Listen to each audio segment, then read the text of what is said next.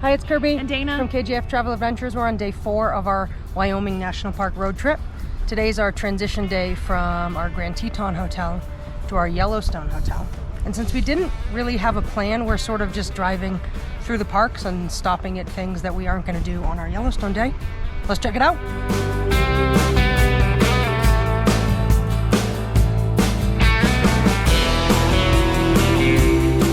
All right, so we purchased an itinerary from a company called Dirt in My Shoes, and she also has a YouTube channel. She's a former National Park Ranger, and so she has a lot of free resources and videos of how to write the top things to do and all of this, but then she has an additional resource that you pay for that's a timed itinerary based on how many days you're going to be there.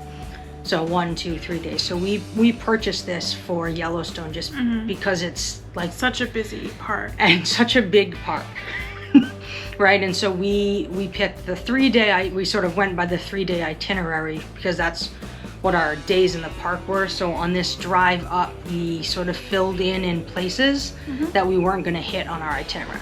If you're driving through Grand Teton into Yellowstone, make sure you stop at the Coulter Bay, go to the bathroom. It's the last services until you reach in Yellowstone. Right, this is the Jackson Lake overlook. This is your last sort of pretty view of the Tetons and Jackson Lake before we get all the way into Yellowstone. We have officially finished the John D. Rockefeller Highway connecting to the 2 parks. I'm on Yellowstone now.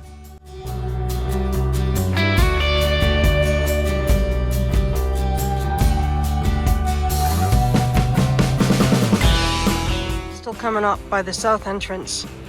This is Lewis Canyon, which is crazy. The terrain and landscape has now started changing from where we were in the heart of Grand Teton and Jackson Hole. The view is no longer dominated by steep mountain ranges on a pan-flat valley, but Yellowstone sits on a high plateau, and we're at about 7,000 feet elevation. We'll gradually climb another 1,000 feet as we approach the West Thumb area. This is Lewis Lake. It looks gigantic, but it's actually the small lake here. Yellowstone Lake is even bigger.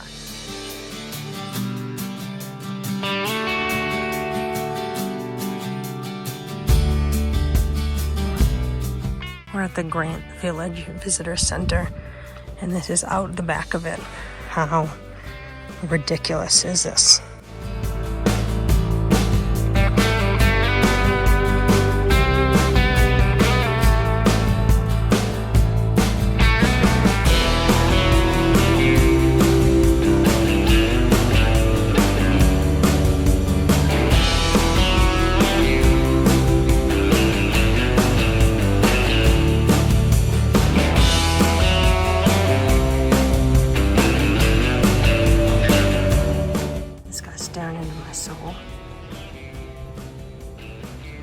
Stop at the West Thumb Geyser Basin area because this is not on our itineraries for the other days we're here.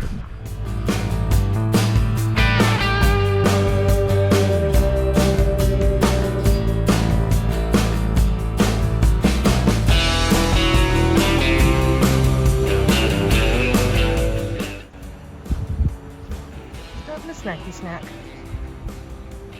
West Thumb is a great introduction to thermal areas, and it is worthwhile to explore the boardwalks. The hot pools are particularly impressive, and being located just a few yards from the cold lake, it seems almost surreal. I particularly like one of the cone-shaped pools called Fishing Cone that was nicknamed Hook and Cook back in the days when fishing was allowed. Anglers would catch a fish and then dunk it into the boiling water of the hot spring without even taking the fish off the line.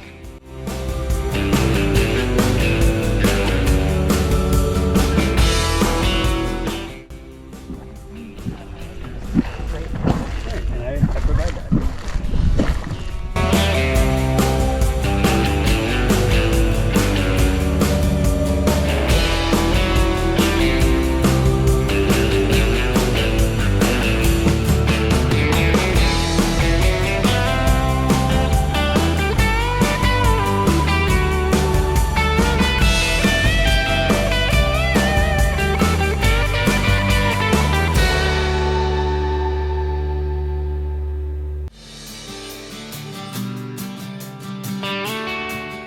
is abyss pool because the water is so dark. All right, this was super cool.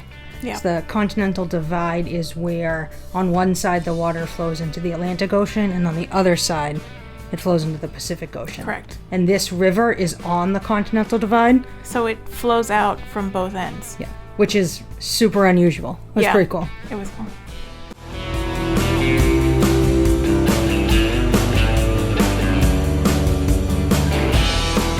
All right, last stop before we continue the drive to our hotel is at Kepler Cascades.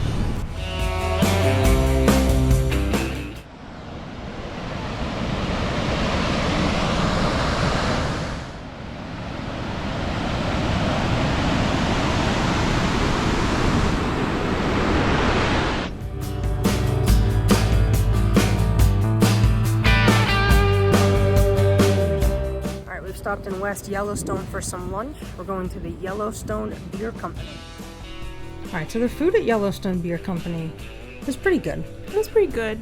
They seem to be short-staffed. Yeah, our food took a really long time to arrive. And it was like one person taking the orders, bringing the orders to the table, then cleaning up those tables, and it was they just seemed a little understaffed. Yeah. So.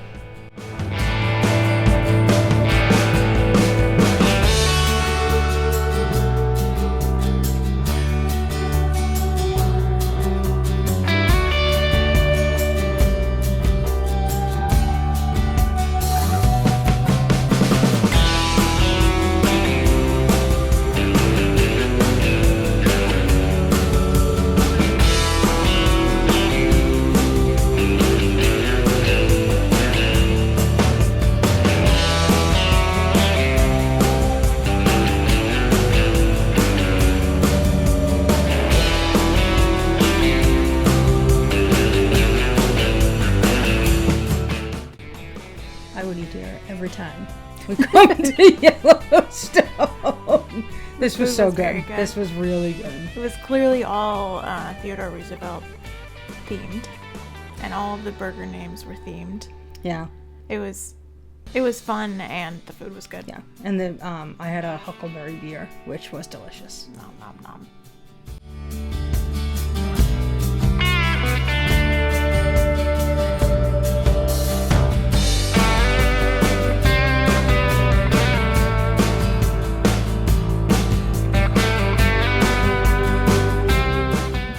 All right, how was your travel day between Grand Teton and Yellowstone? It was good. Yeah. I really liked the West Thumb Basin. I was literally going to say those exact same words. It was the first thing we came upon, so it was our first like geothermal look. Yeah. But knowing as future me now how quiet and calm it was compared to some of the bigger ticket geothermal items in Yellowstone, it was really nice. Yeah. I mean,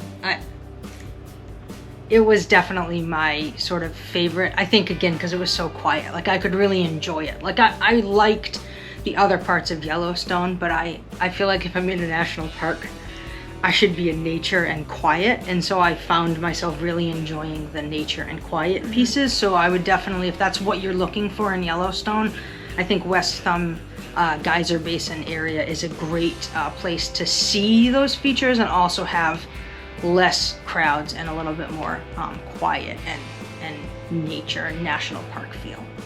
Anything else? Nope. All right, I'm Kirby. I'm Dana. From KJF Travel Adventures. Make sure you subscribe to the channel so you get notified when all of our new videos drop. Bye. Bye.